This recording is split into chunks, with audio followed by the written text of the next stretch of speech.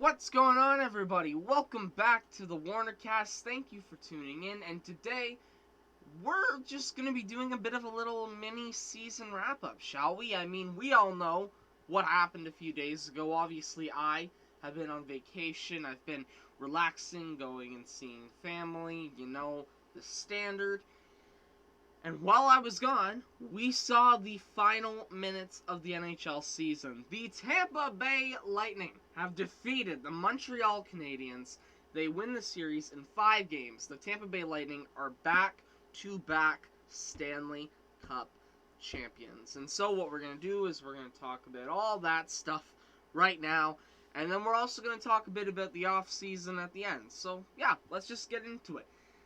Let's start off with Game 5 itself, because with Game 5, there's not really a lot to talk about. It was a 1-0 win for the Lightning. I don't even have it written up here because, oh well. But it was a very, very, anxious game in a way, because you felt like Montreal could very easily have squeaked one in there to tie it, but at the same time, you also knew it was going to be hard because Tampa just go God mode in elimination games. At the end of the day, Tampa Bay was the better team, and they won. But it was very close at the end there, so I will give credit where credit is due. Let's talk about Montreal, man. The surprise story of the playoffs. They were not even supposed to make it past Toronto, and they put up a fight against the Tampa Bay Lightning and won a game.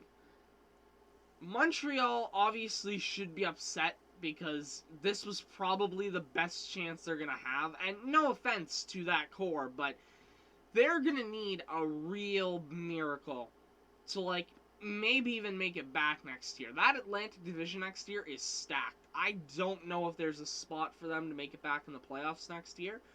So this was, unfortunately, their one bullet. They had one bullet left in the gun, and if they could not aim it correctly, they weren't gonna be able to do it, and unfortunately they ran into Tampa, and that's why they're not the Stanley Cup champions. You can make an argument as to what would have happened if they had ran into the Islanders.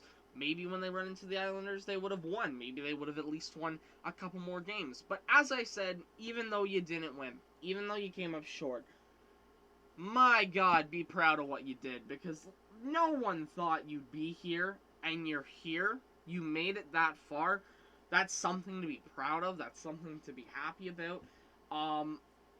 This is a very fun Montreal Canadiens team. There is no superstar other than Carey Price, of course. There is no big name talent other than him. It's just a team of guys who are all trying to do the same thing. They all know what they're trying to do. They all know what their role is on the team. And it worked well for them. And it got them to the Stanley Cup Finals. So, we'll see what happens next season. Dominic Ducharme is most likely head coach, which, we'll see how that plays out for a full season. However, it is very good to see Montreal be able to at least get to the finals. It's a great season for them. And they lose in 5 to the Lightning. Speaking of the Tampa Bay Lightning, man, I should stop doubting the Tampa Bay Lightning. Ever since 2019, it's been really hard for me to put any faith in them once they lost to Columbus in the sweep. But Tampa Bay, they're a really good hockey team. Let's be real. They are a very good hockey team. They are the best constructed team in the league. They have every role that they need filled out. They have their offense. They have their shutdown third line. They have a good defense. Andrei Vasilevsky is a god and deserves that Conn Smythe more than anyone else. No offense, right? A lot of people were throwing around Kucherov. People were throwing around Point. But the thing is that while they played great, Vasi played better. So Vasilevsky. Just Vasilevsky. Yeah, like I said, this team is so well built. The depth is so apparent. They can roll 4 lines. They have lethal weapons as well in their top 6. The fact that Steven Stamkos is, like, not even on the top line, right? It's astonishing. Their defense, picking up David Savard, turned out to be a great move for them. Great little depth piece on the right-hand side. You know, like, what else can you say about them? They've won back-to-back Stanley Cups now. The idea of them being just a team that's never gonna win, like, that's more than out the window. That was out the window last year. Now it's not just out the window. It's been kicked out the window and then taken and then thrown again across the road at this house. But yeah, Tampa Bay, great for them. They win a second straight Stanley Cup. And now we head into an off-season of madness, all right? So, here's what I'm going to do, right? I'm going to kind of set up a bit of a mini schedule here on the fly as for what I want to do this off-season, at least in the earlier part of it, because for most of these days, I'm around. And I do plan to take advantage of that, right? So obviously, I'm looking here on Sportsnet, looking at the key dates of the offseason. And July 8th, the buyout window opens, 24 hours after the Stanley Cup is awarded. Window closes July 27th, so that's not a lot. This is where we need to start paying attention. July 17th, this is the final day for teams to submit their protection list for the Seattle expansion draft. What you should expect on that day is the video about the Oilers specifically. I don't want to go over everyone's protection list, mainly because I have a plan for the next couple of days after.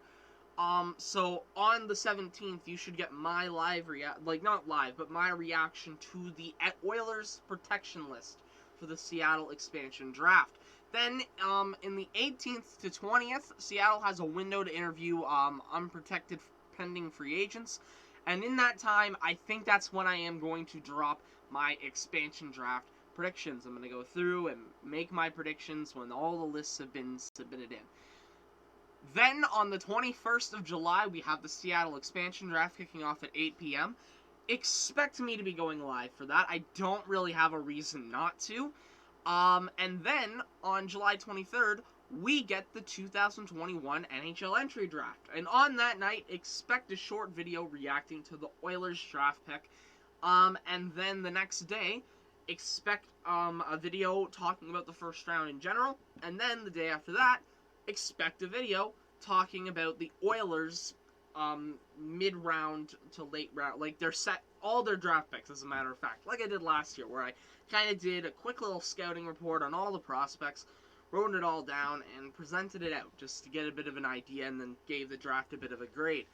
And then on July 28th, NHL free agency opens, and I might do a live stream for that. I know I'm not doing, like, a live stream for the draft, just because it's such a long and grueling thing. Like, it's hard for me to watch on my own, let alone have to sit here and talk for 4 straight hours into a camera, so don't expect a draft live stream. However, I think on free agency day, I may end up waking up a little earlier, and at 11:30 a.m. I might hop on for the free agency window to open up. It might. I hope there's things that actually happen. I know it's hard with the flat cap and all, but yeah, there should be a lot. I'm happy. I'm excited for this offseason. I think that there's going to be a lot of moves. There's a lot of teams that have to make moves.